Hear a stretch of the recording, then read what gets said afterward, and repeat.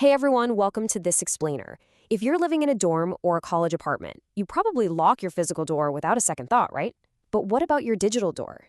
Today, we are taking professional cybersecurity concepts and turning them into practical, everyday habits specifically for you. We're going to transform you from an easy target into a hardened digital defender. Here's our syllabus for today. We'll cover 1. The CIA triad explained, 2. Daily threats and hacker mindset, 3. Your personal data risks, 4. Top free security tools, and finally, 5. Securing your digital home. Let's dive right in. Section 1. The CIA triad explained, the core of digital defense. Now, don't worry, this has absolutely nothing to do with government spy agencies. The CIA triad is the absolute foundation of all cybersecurity. It stands for confidentiality, integrity, and availability. These are the 3 pillars of data protection that we literally rely on every single day. Confidentiality means only authorized people can see your info, kind of like how only your doctor should see your medical charts. Integrity means that the information hasn't been secretly messed with. And availability, that just means the data is there exactly when you need it.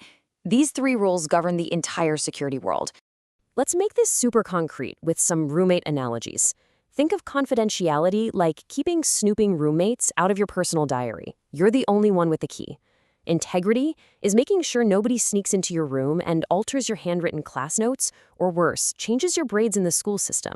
And availability, that's your campus Wi-Fi actually working right when that 10-page essay is due, or your banking app functioning when you've got to transfer rent money.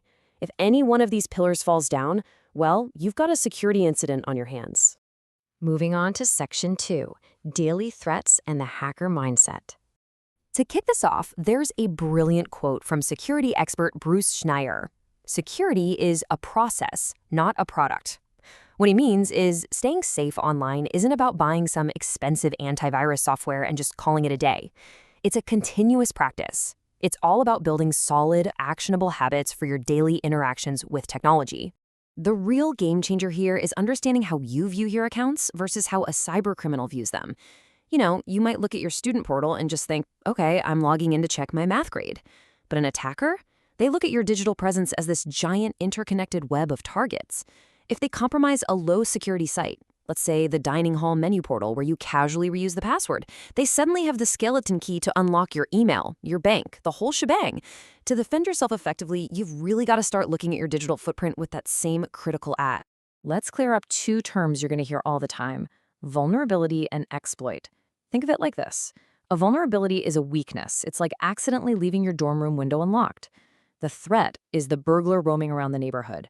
But the exploit? That's the specific tool, like a lockpick or a crowbar, that the burglar actually uses to open that unlocked window and get inside.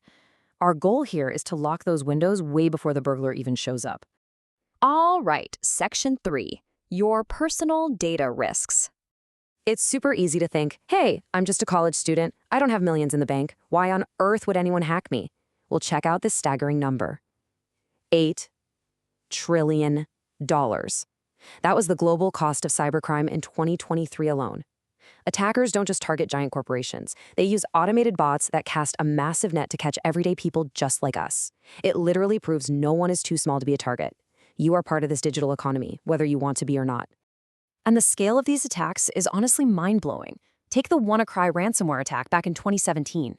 It didn't just hit a couple of laptops, it spread to over 200,000 computers across 150 countries in just 4 days. Or the Mirai botnet, which somehow hijacked over 600,000 smart devices globally.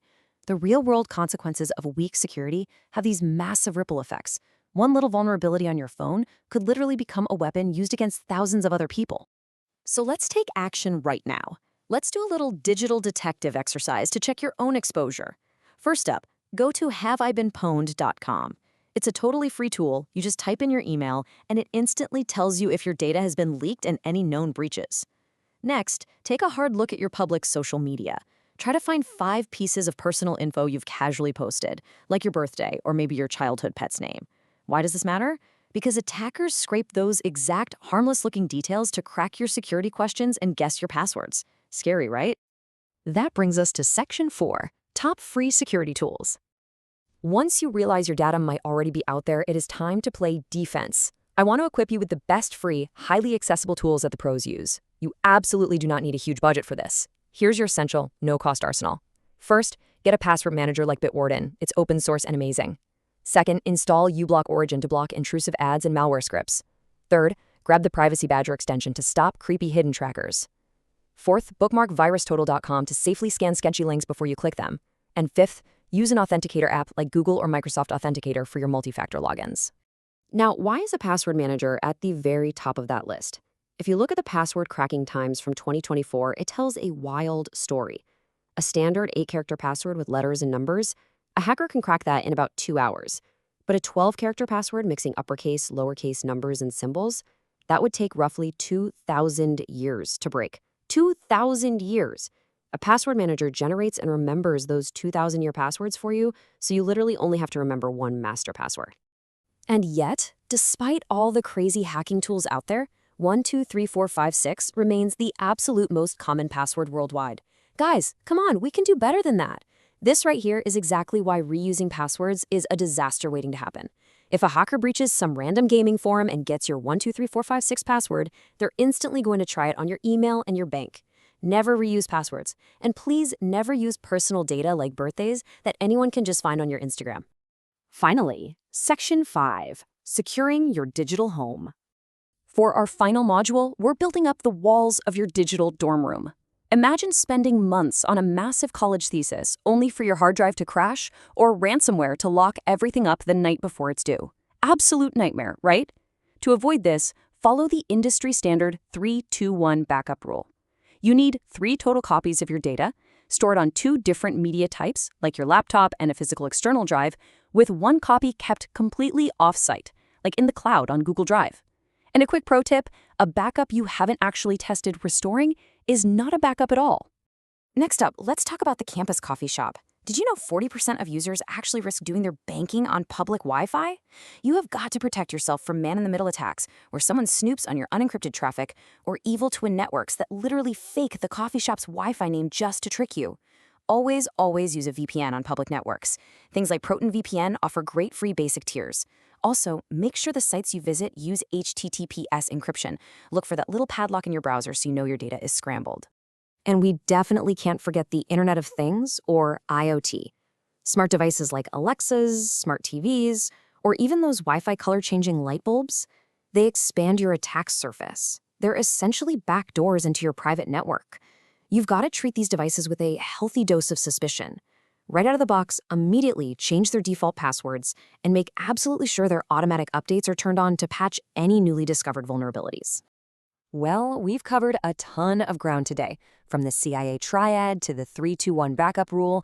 But look, knowledge without action is just trivia. So I want to leave you with a question to get you to take one practical step today. Your digital front door is currently unlocked. Which free tool will you install right now to secure it? Is it going to be an authenticator app, a password manager, maybe a VPN? Pick just one, get it set up, and start building that digital fortress. Thanks so much for hanging out with me on this explainer, and stay safe out there.